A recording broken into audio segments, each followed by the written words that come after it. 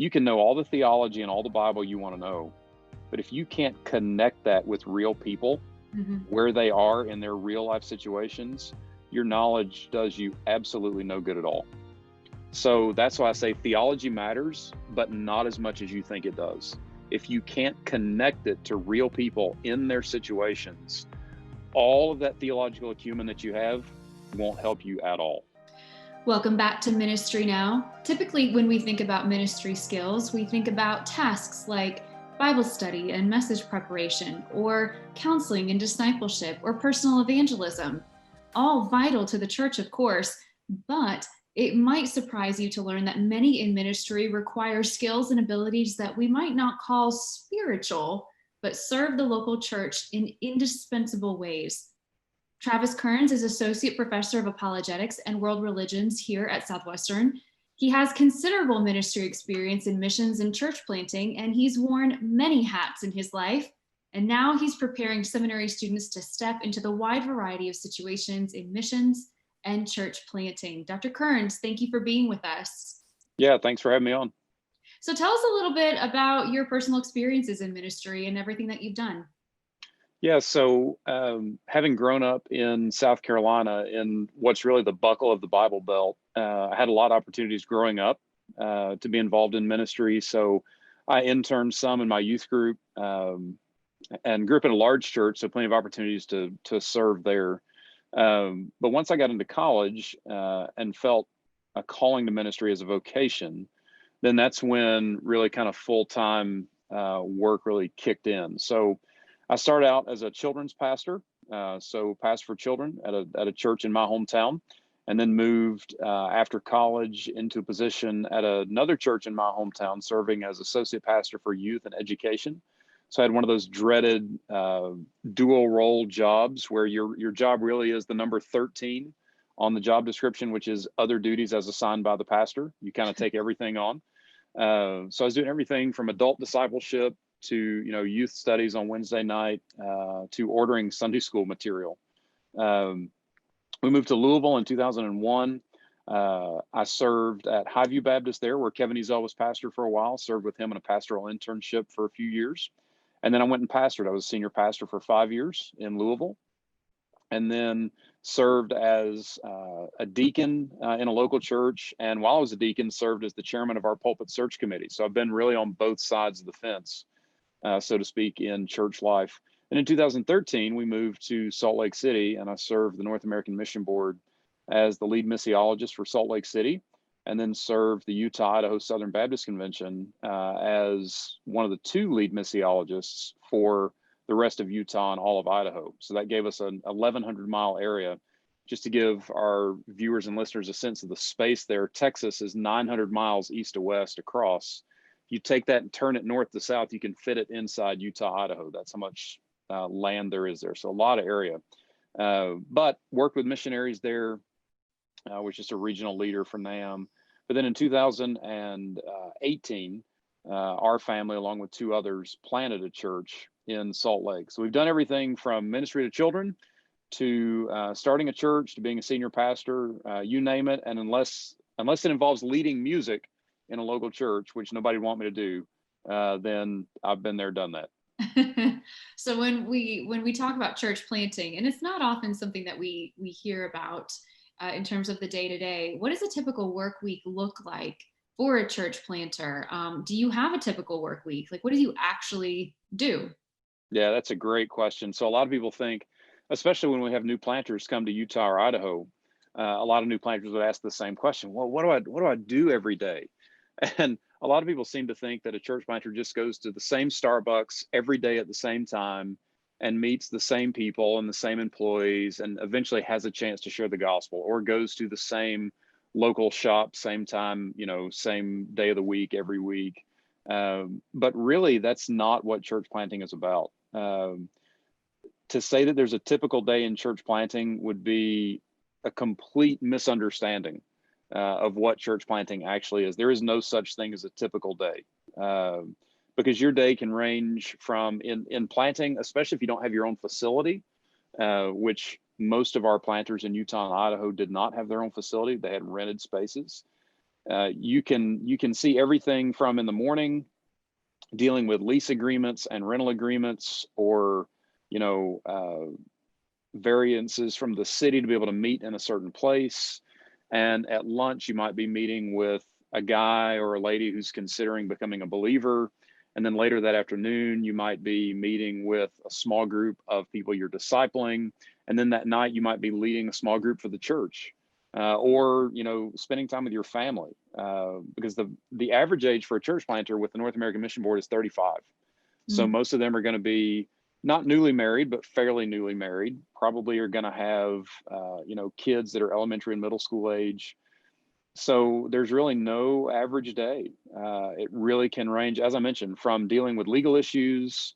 If you do have a facility, you might be unclogging a toilet in the bathroom, or installing new light fixtures in the facility, or again, dealing with city ordinances to make sure the parking lot is striped properly, or there's enough parking spaces, to playing with your kids, playing maybe video games with your kids at night, or playing a board game with your family, to discipling people, or going to the hospital for a family that's had a new baby, or a family that's experiencing loss through death. It could just be anything. It really could. So there's really no average day. It ranges from everything you can think of. Do you think that makes church planting, certainly it's unique, but does that make it a more challenging aspect, or it's a more challenging ministry to enter into? Like, what would someone who wants to be a church planter, what would they need? It almost seems like you need to have an entrepreneurial attitude towards it. You do, yeah. I usually tell students, and we always tell new planters, the first thing you need if you want to become a church planter is a little hint of insanity, because there are plenty of churches, established churches, that need pastors, that need church staff members. So you got to be a little bit crazy to want to go start a new one, because you could just step into an established church that has financial accountability built in, that has legal accountability built in, that has leadership built in, structures already built. But if you plant, you're building all those things from the ground up. So you really need a sense of not only calling to kind of entrepreneurial spirit, an entrepreneurial kind of way of life, but the biggest thing that we always look for was a calling to evangelism and discipleship. So the first big thing that we always ask about is a calling to a particular place. So tell me about your calling to Salt Lake City. Tell me about your calling to Idaho Falls, Idaho, something like that. Then I want to hear about your calling to do evangelism in that place, and then to disciple new believers in that place. A lot of people would come to, especially to Utah, which is the most non-Christian state in the US. 98% of the people who live there are non-Christian. So the state has about 3 million people, only 70,000 are evangelical followers of Christ. So a lot of people would come there because of statistics. They think, man, 98 out of every 100 people, I'm going to meet that person. And every time I walk out of my door, I'll be able to meet an unbeliever. Well, statistics are great on good days. But Dr. McCoy, as you know all too well, ministry sometimes can give more bad days than good days. And on a bad day, statistics make you want to go home. They don't want to keep you on the mission field. They make you want to go back to where it's easy and comfortable.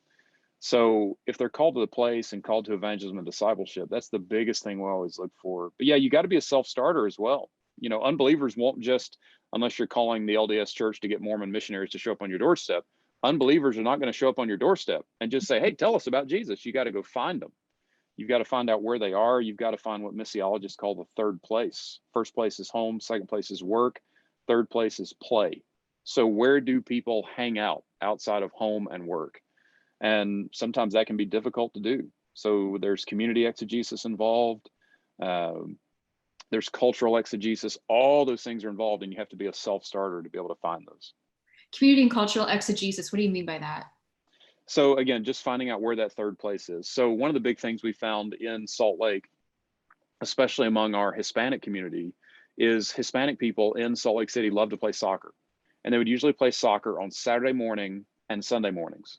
So we would make sure and tell our Hispanic planters, go out and check out the soccer fields, your local soccer fields, and go find people there. Just offer to coach or sit down and talk to families, try to meet them, host a block party in the area where there's some blow up games, cook some hot dogs and hamburgers and hand those out to the families who are there, doing those sorts of things. Another thing we found in Utah is the NBA team, the Utah Jazz, that's in Salt Lake. has a basketball league called Junior Jazz. So it's for all the little kids. And usually those are hosted in what are basically YMCA buildings in each community, but they're owned by various cities. So we tell our planters, hey, go be a coach for Junior Jazz. If you've got kids who are the right age, who can play, then send your kids into play and start meeting parents. We were involved. We homeschooled our son through our time in Utah. So my wife would meet other homeschool moms and dads and share Christ with them. So it's just finding out where people are and knowing how to reach them where they are rather than requiring them to come to you. Have you heard I don't know if it's necessarily a criticism or an observation about church planting, that it's quote unquote easier to do church planting than it is to go into an existing church with an existing culture and existing people? And almost as though this younger generation is wanting to bypass the baggage of an existing church and just start their own. Do you think that's a fair observation, or is there something more to it? Yeah, I think there's more to it than that. Now, to some degree, it is true that it's easier to start a church than it is to go into a church that's been around for what might seem like to some people they're 2,500 years. And some of those 2,500-year-old people are charter members of this 2,500-year-old church, and try to change those people to pull them where they need to be. So to some degree, it's easier. At the same time, to some degree, it's harder, because if you walk into an established church, as I mentioned earlier, you have all of these structures already set up. You have built-in leadership. You have built-in children's workers. You have built-in financial accountability structures, all of those things that in a church plant you just don't have. The other thing you have in an established church that's a huge, huge issue for church planters is in an established church, you have a facility.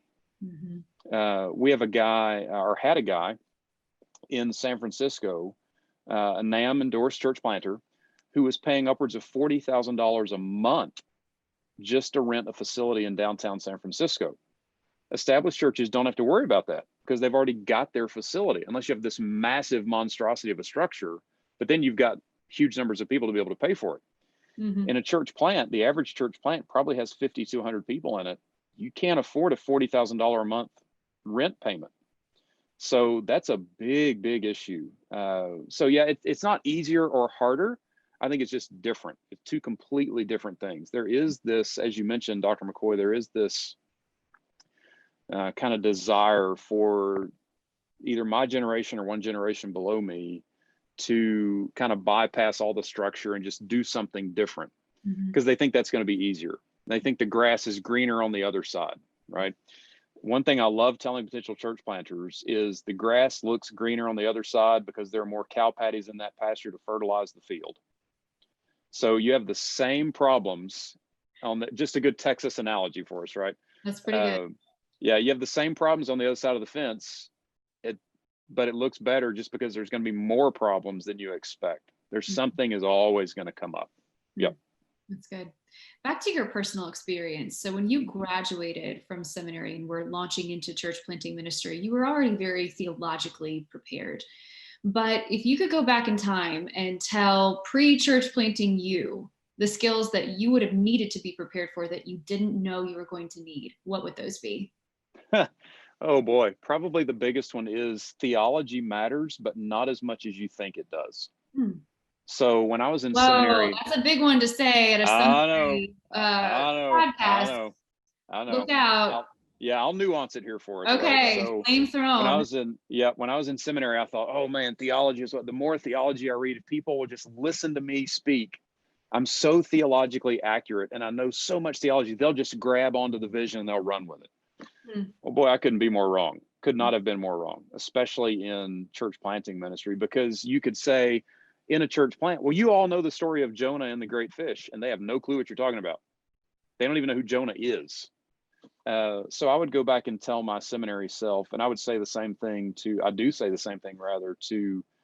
church planting students here at Southwestern. I said it to our potential planters in Utah. I said it to our endorsed planters in Utah and Idaho all the time. You can know all the theology and all the Bible you want to know, but if you can't connect that with real people, where they are in their real life situations, your knowledge does you absolutely no good at all. So that's why I say theology matters, but not as much as you think it does. if you can't connect it to real people in their situations, all of that theological acumen that you have won't help you at all. It's not just the knowledge, it's the knowledge plus the people skills, the Yep. interpersonal connection that Absolutely. people have. Yeah, So, if you can't go out and connect the deity of Christ to a farmer while he's branding cattle and how to do so, then just forget it. If you can't apply it to a young couple that maybe just lost a baby in the hospital, then forget it. It's not that it's pointless, but it's going to basically be useless for you in ministry. So it's theology matters, yes, but it matters as you apply it to persons in their lives. and that's especially relevant, I think, for seminary students, isn't it? Because I know there's this horrible phrase that I think we defy here at Southwestern, but I remember hearing that you come to seminary with a full heart and an empty head, and you leave with a full head and an empty heart. And it's kind of touching on this idea that you can get all of the knowledge and all of the information and miss the point. So, and that point being to love God and love others, and to use your knowledge in a way that is building up and benefiting other people. So what do you say to seminary students who are in that slog, who do consider one of the most important things on whether you can give a well-formed defense of a third-tier theological issue, and how do you help seminary students to bridge that gap so that they don't just become knowledge filled irrelevant scholars? Right. Yeah. When I was going to seminary, my home church was doing my seminary recommendation form. And after that business meeting, an older man walked up to me and he said, "Now I hear you're going to seminary. Just voted on you to go to seminary." And I said, "Yes, sir, that's correct." And he said to me, quote, "Don't let the cemetery kill your faith." Oh. And I thought, oh boy, what in the world is he talking about? So I talked to my pastor, who at the time was chairman of the board at New Orleans Seminary. And I said, what did this gentleman mean by that? And he said, well, basically exactly what you just said, Dr. McCoy. You come with a full heart and an empty head, and you leave with a full head and empty heart, because you begin to treat the Bible as another academic textbook. It's the same thing as a church history text, or as a systematic text, or a Greek, or whatever it may be. But the Bible is so much more than that. So my advice to seminary students is, one, stay in personal quiet time with the Lord, and Bible reading and daily prayer. And it's got to be daily Bible reading, daily prayer, and not to read the Bible as an academic book, but to read it as God's living word, as his message to us. The second thing that I strongly encourage students to do is to stay connected as deeply as possible to a local church. Don't just go on Sunday morning for worship. Go to Sunday school, and don't be the teacher of the class. Go to a class with normal people, and seminary students are not normal people. Let's just admit that, right? When a seminary student gives a prayer request, it's, "I've got a Greek test coming up this week. Pray for me that I can remember vocabulary." Normal church Joe or Jane gives a prayer request, and it's, help us figure out how to pay our bills this month, or help us figure out how our 16-year-old kid, how to treat that kid because he or she's gone crazy. So go sit in a Sunday school class taught by somebody at the church who's not a seminary professor, who's not a seminary student. Be connected to those people. Get inside. If it's not a Sunday school based church, get into a small group that's filled predominantly with normal, non-seminary people. And do whatever you can to volunteer at the church. And don't ask to preach on every Sunday. Don't ask to lead the group. Help clean the building. Help cut the grass. Help do normal things just to stay connected to people in the church. So that's the biggest thing, is make sure you stay in daily Bible study and prayer, and make sure you're deeply, intimately connected to a local church fellowship that's not the seminary moving from the campus to the church campus on Sunday morning. There are real people with real problems that need a real Jesus. Yeah, that's well said. We often forget too, and I'll talk to seminary students and say, we think of service as you have to be leading something or teaching something, and you miss that ministry of preparation that you're in now. Be a door holder, be a greeter, right. Be someone who volunteers in the nursery every few weeks, and to give someone else a break. and we can really miss the opportunities of service that make us so connected to That's other right. people in the church. So let's talk about too these skills specifically in ministry for someone out there who might be wrestling with, how do I leverage my vocation to make that fit or express my calling? So what about believers who are in non-ministry primary jobs? And I say ministry primary, meaning they're not getting their paycheck, their bread and butter from a ministry, but they are ministers. They are ministers of the church who are in their communities and their families. How do they take what they do and leverage that, perhaps with a pull, if they have a pull towards missions, or even just community ministry? How do you take your non-ministry skills and expertise and use that for ministry? Yeah, that's a great question. So what we would also always ask anytime I went out to a church to speak about what was going on in Salt Lake City, I would always ask for two things. Let's say, first of all, there may be some folks here who can pack a suitcase.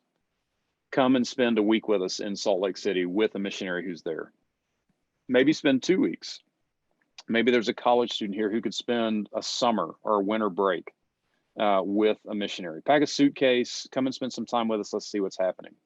The second request I would make is maybe there's some people here who can pack a house and you can move, because your job can be moved. Either it's a job that you can do remotely, or it's a job that you can find anywhere. Maybe you're an educator and you could come and teach at a school in Salt Lake City. Maybe your job is as a lawyer. You could move your practice to Salt Lake. You could be a doctor in Salt Lake City. You could be a car mechanic. Whatever it is, most places now, especially in the US, you can move jobs from city to city. And people who are working in secular jobs, I think sometimes forget that they have bridges that you or I will never be able to cross because we're always on campus at a seminary. I'm never going to be able to cross the bridge with an ER doctor because I'm not an ER doctor, or with an RN, or with a lawyer, or with a car mechanic, because I'm not there all the time. So a person who is a car mechanic, a person who is a plumber or a doctor or lawyer, whatever it may be, blue or white collar job, doesn't matter. You can leverage that for the sake of the gospel because you've already got these bridges built that are just natural, that people in full-time ministry sometimes, or maybe even most times, can't bridge those gaps because either they're not there all the time or they just can't speak the language. So Dr. Kerns, tell us if there is any story that comes to mind. Are there any ways that you recall in your ministry, whether in church planting or missions, that you had some type of unexpected experience that led to being able to share the gospel? We were in 2014. My wife and son and I were feature missionaries for the Annie Armstrong Easter Offering. And WMU, Women's Missionary Union, which is a great mission supporting organization, great women's organization for the SBC, that really loves on missionaries more than I could ever quantify, sent some writers and photographers out to talk to us and just to interview us for the story for the week of prayer prior to that coming out Easter 2014. And one of the things I asked my wife was, hey, what do you enjoy doing? And Stacy, my wife, just in passing kind of said, well, we love having people in our home, and I love to cook for them when they come, just to make them feel comfortable and warm in our home so that we can really get to know them better. Well, by the time the story had come out in 2014, we had moved from one home to another home. So the address that was printed in the WMU material was our old address. And what ended up happening is when women started reading our story, is they read Stacy loves to cook. Well, that translated into us receiving hundreds and hundreds and hundreds of cake mixes. And I mean hundreds of them. So I actually have a photograph of our pantry in our home that was half filled with nothing but cake mixes. Well, all these boxes kept showing up at our old house, and one of the neighbors that we knew would call us and say, hey, your old home is getting these boxes, and the people who now own the house want you to come get them. So Stacy goes over there one day, my wife does, and she says, here you have some boxes for us. So she goes into the home and gets these boxes, and the guy said, what's in all these boxes? And she said, well, it's just cake mixes. It's a long story, but it's cake mixes. he said, oh, that's interesting because we're wedding cake bakers. And these people are not Christian. And Stacy said, well, I'm sure you wouldn't use these. I'm sure you probably do your own homemade recipe for the cake base, because these are probably Duncan Hines and Betty Crocker and just, box mixes from whatever store. And the guy said, well, actually, we use store-bought bases for our cakes because we can make them more quickly and more affordably that way. So Stacy said, well, let me tell you where all these cake mixes are coming from, and was then able to share the gospel through cake mixes. So they're just little ways you have to watch for in order to share the gospel. Now, the really funny story of that is, the side is I was also in Kentucky for their state convention annual meeting that same year, and the Kentucky WMU leader was asking me about our story that was in WMU materials. And I said, it's great, we got all these cake mixes, but then I made a bad joke, which is the problem is I've got hundreds of cake mixes, but I don't have hundreds of cans of cake icing. And she said, what's your address? And I immediately said, no. I don't want cake icing. I don't want it, right? I got the cake mixes, we'll give them away. But we were able to, every time a church planter and their family would come over, or his family would come over, we would give them, 8 or 10 cake mixes to go and bless their community with cakes and cupcakes and you name it. So yeah, even through cake mixes, the gospel can be shared. Just have to watch for ways. Dr. Kerns, great conversation. Thanks for joining us. Yeah, thanks so much. And thank you, as always, for watching. If you're interested in Southwestern Seminary or Scarborough College, you can find out more info at swbts.edu. We're also on Facebook, Twitter, and Instagram. And bonus, registration for spring 2021 classes is now open. This is Ministry Now, reminding you to live your calling. Until next time.